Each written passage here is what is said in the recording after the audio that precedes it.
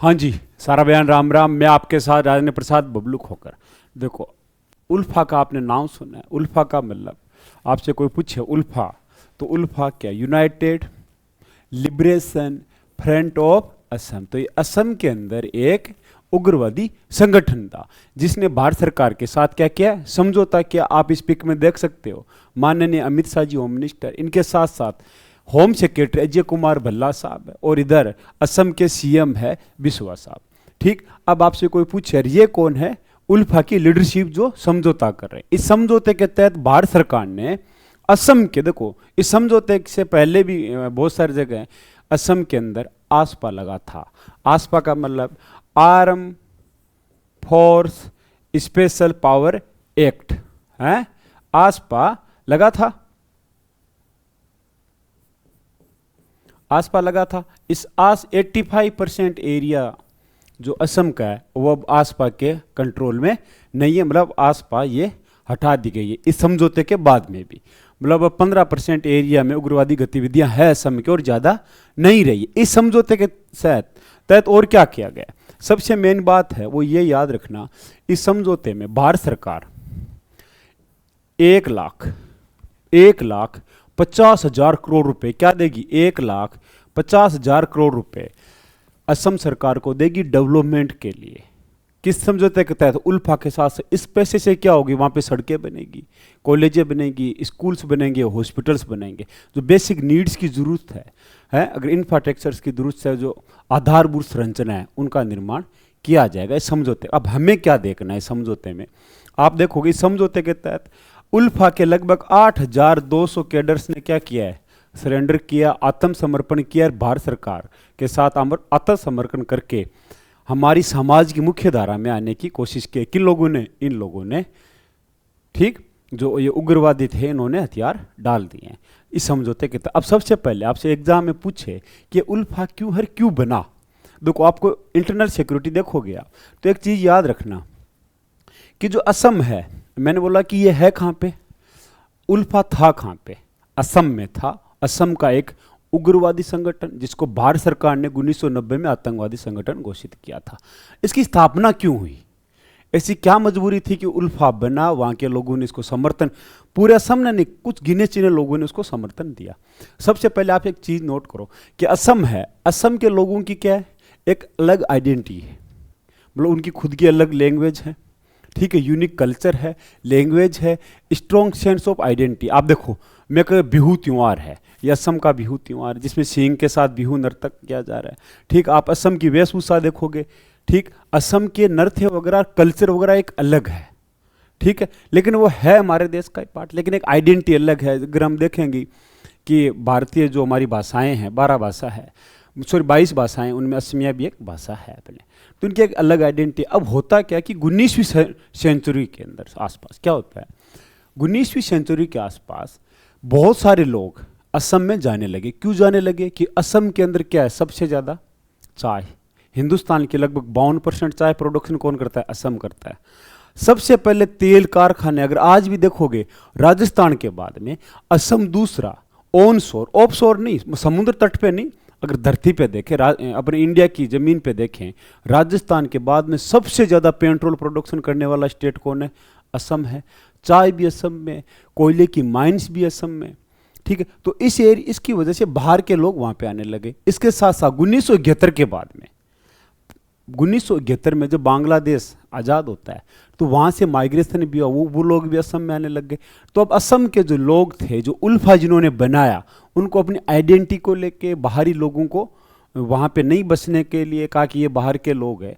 तो उन्होंने एक आंदोलन चलाया। आंदोलन ये था कि संप्रभु असम बने, और एक अलग देश की उन्होंने मांग रखी थी। किन्होंने? उल्फा वालों ने।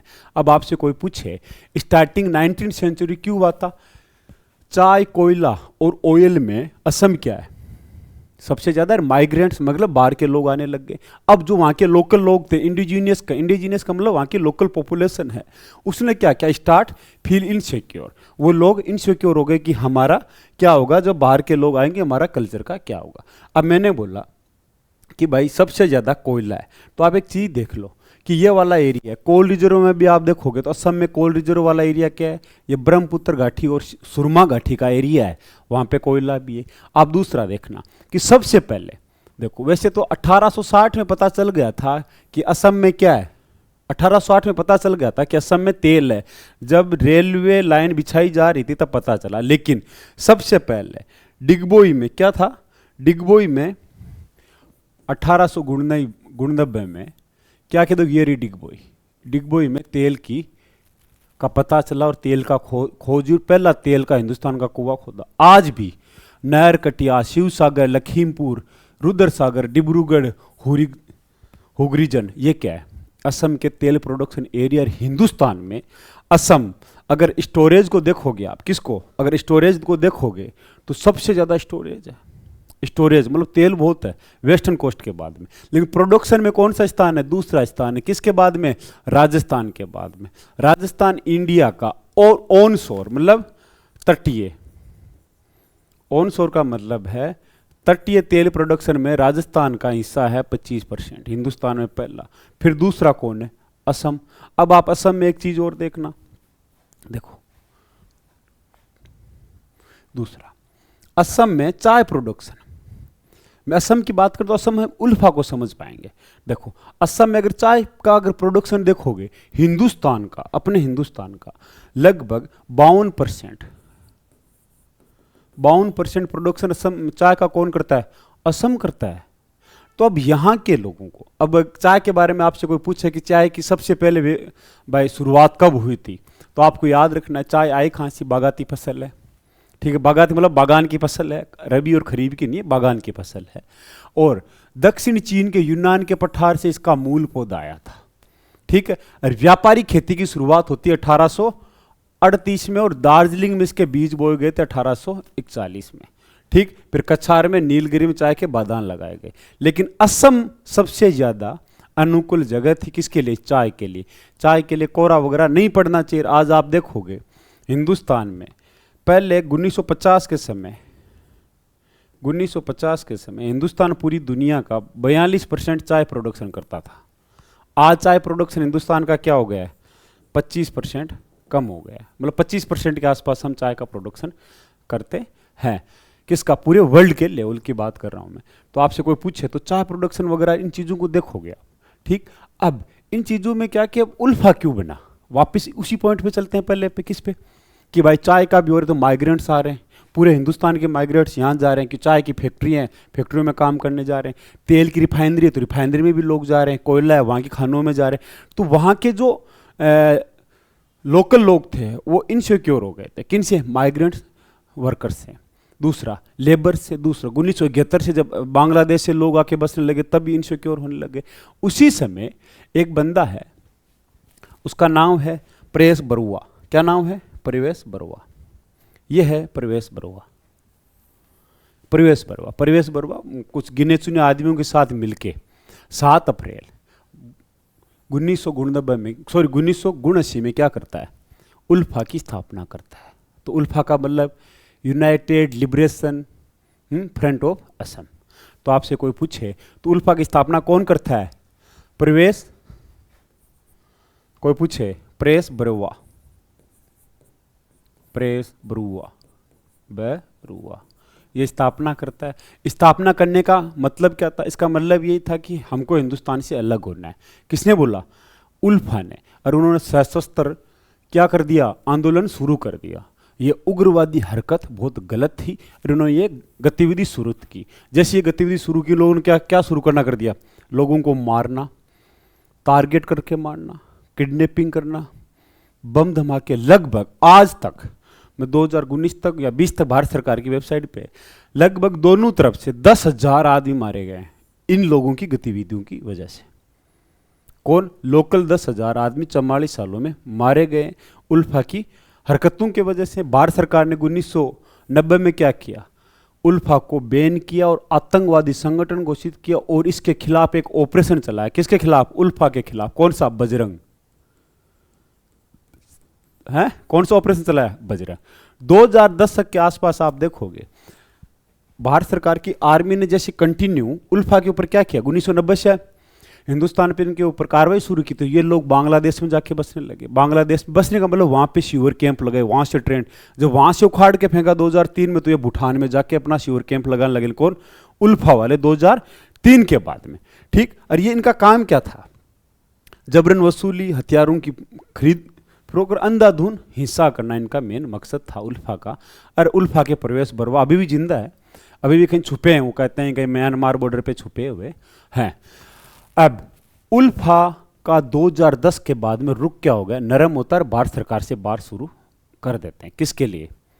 शांति समझौते के लिए, जो आज शांति समझौता हो चुका है। अब थोड़ी सी एक बैकग्राउंड देखते हैं कि उल्फा ने क्या क्या हरकत की है। पहला, ये इंडियन एक्सप्रेस की कटिंग है। इंडियन एक्सप्रेस की कटिंग की चीज़ है।